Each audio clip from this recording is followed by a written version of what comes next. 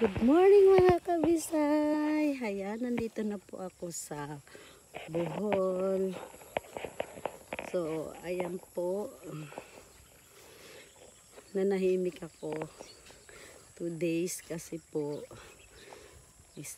nagkasakit po ako. Tapos ngayon, ito na. Medyo okay na po yung katawan ko. Kaya gumalaw-galaw na. Nandito po ako ngayon sa San Pascual. Mag-aano kami ng maglilinis ng lote. So, ayan. Ayan po. Ayan, maglilinis kami. Ayan. Ayan. Lilinisin namin yan. Ayan.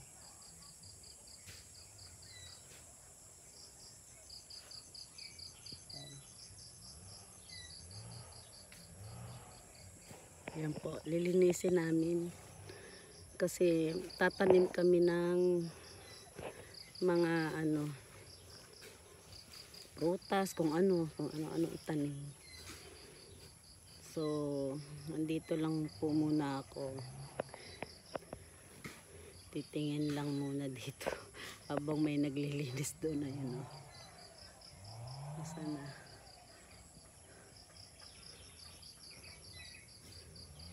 Hindi pa po dumating yung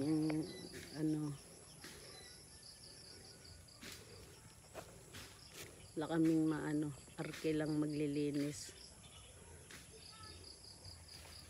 So ayan lang po, update lang po for the day. Bye bye.